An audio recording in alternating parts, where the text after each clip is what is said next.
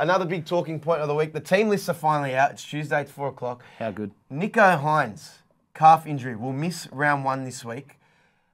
I think that's a big loss for Cronulla. I would put him on the level of, if he's out for Cronulla, they don't win too many games.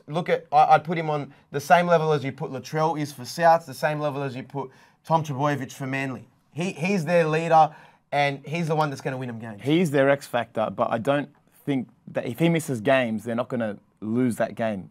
The same way that if Latrell or Trbojevic miss games. Yeah, but I don't see them playing finals without him. Yeah, no, they wouldn't be making noise in the finals. They could definitely make the 8. They've still got a stacked team. Ronaldo, Mulatalo, and Katoa are probably the best winger combo in the comp. They got Jesse Ramian, great centre, just re-signed. Matt Moylan's a good serviceable half, and I think they got Trindle filling in, and he did an okay job last year. Without him this week, do they beat Souths? No. That's only because I love Latrell. Trell Mitt. Yeah, no, definitely. I don't think I think they'll struggle without him, but they do. They field a good squad, but I can't see him playing finals of footy without him. But another big talking point, and I know we're saying there's been a few big talking points all week. Everything's a big talking point. Is Angus Crichton on medical leave? The Roosters have approached the NRL and said they're seeking salary cap reimbursement or disbursement exemption for him not being able to play. Andrew Abdo's come out and he's also said they're going to look into it and explore it as much as they can. Do you think it's fair if the Roosters, say he doesn't play a game for the Roosters all season, he's earning something like $650,000 a year. It could be like a physical injury, like, when someone medically retires, like an Anthony Watmough or Sam Burgess, they get the salary cap compensation. It's tough because it's not a physical injury. And while, thoughts and prayers go out to Angus, hope he recovers well.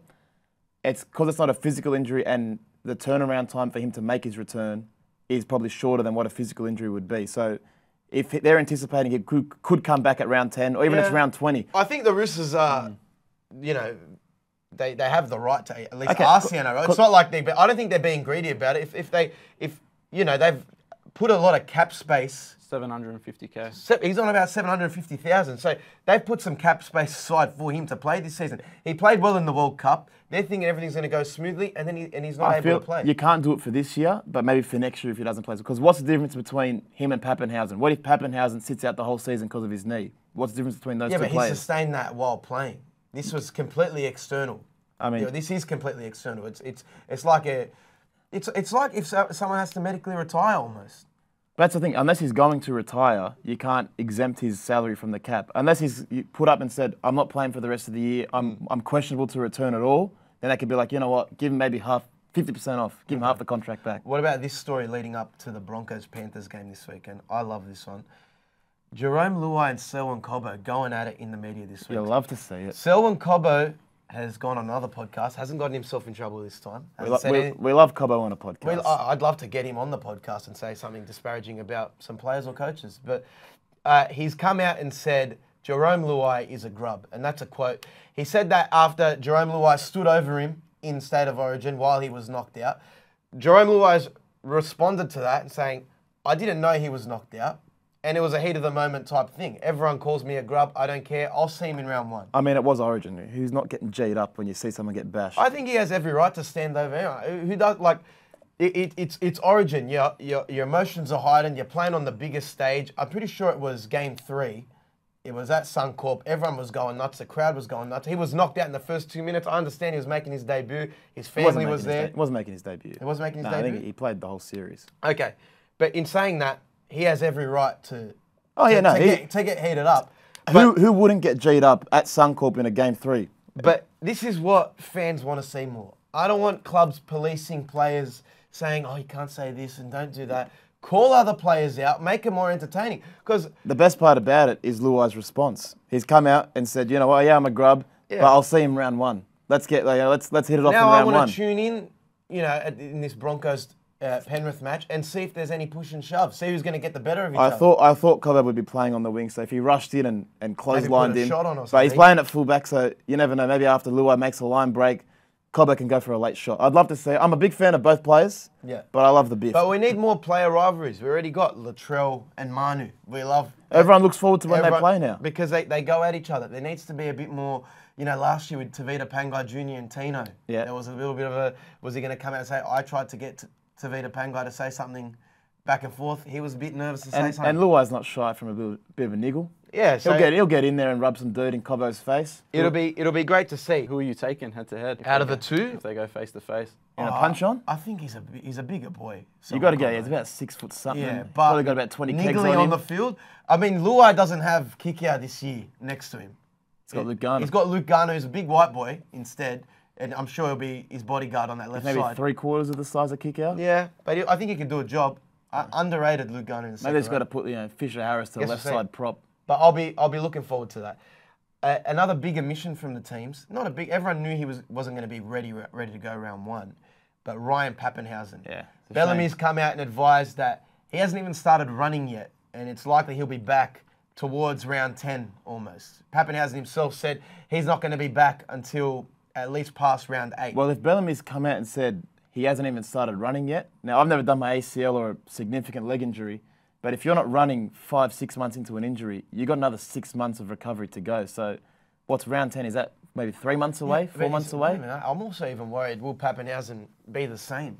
Will he have that turn of pace where he scored that grand final try? Will he always have in the back of his mind, mate, if I go and collide with someone, my knee could shatter into 11 pieces? I feel like I don't think I could run again. He'd be the type of player, similar to, how they in the NBA, they go, if you do your Achilles, you're never coming back. Happened to Kobe, happened to, I think, Dominique Wilkins, all these other players. Kevin Durant did it. KD's modern Achilles. technology, modern recovery, he'll be fine. He did go over to the States. He went over to the States as well with Tommy Turbo.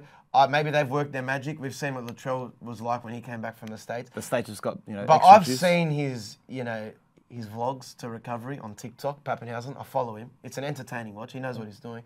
But he's got poles for legs right now. Like, they are flat out sticks. There's no...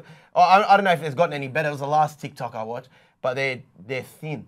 And I feel like they're brittle, ready to be broken again if he runs on a rugby league field. He already had extremely small legs. It wasn't like he was packing a lot of... It wasn't Saquon Barkley out there on the field. Mm-hmm. So add that to an injury where you're not moving your leg for at least 4 or 5 months, you're going to lose all your weight and muscle that was already there. Yeah. So I reckon it's probably weighing at about 3 kilos his legs. Speaking of people coming back from injury, Tom Trbojevic back for round 1.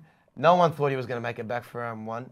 He had an injury. Well, then when they put out that he did his hamstring, in training, pre-season. you thought, okay, there goes 6 weeks. Yeah, he didn't slip in the shower. He wasn't running past the Ivanhoe Hotel. He did this at training. Went to the United States, saw the same doctor that Latrell saw. Latrell came back last year. Didn't miss a game when he came back from the United States. Played awesome. Played unbelievably. Almost, took South deep. He was the main reason for their finals run. Will Trbojevic be the same this year? I guess we don't know, but I don't think Manly will be the same without him. Do you load management him this year? Do you put him, rest him for games against the Dragons or Newcastle? Yeah, no, definitely. I mean, if he plays every game, he probably won't last till round 9. That's just being honest. That's just on a fresh hamstring injury. You got to bring him back into it slowly. He's probably changed his running style. The more games he plays, the better. He needs to get games under the belt. He hasn't played enough games over the last 2 years. I'll pitch it to you. Will he miss a game before round 9? Over/under, round 9, maybe 8.5. Will he miss a game before then? No, I back the United States recovery. He'll play every single game till round 8. Well, if they're confident enough to put him fresh for round 1, what's their I schedule? think so. What's their schedule? Yeah, look it up. If they're versing a Newcastle, if they're versing a... No, I wouldn't rest him. He needs games under the belt, mate. You need your match fitness. You can do all the preseason training you want. Here we go. Go. So I've got it up here. Bulldogs then the bye. Yep. Para, you've got to play that game. Souths, okay, I'll play that one. Newcastle round 5 at Glen Willow Oval. I don't know where that is. You say you'd rest him for that. Give him a bit of rest. Ruben Garrett can fill in. No, Newcastle. so that's where we differ. I think Seabold's going to say, we need you to be playing games. And he used to be playing games. He's probably under the pump as well. And why wouldn't you want to play those games where there's not too much on the line? You're versing a club like Newcastle, doesn't have a lot of star players. You should be a walk in the park for you. I'm saying his hamstring's going to get real tight, and nothing's better for a hamstring than rest. I guess he'll play it by ear.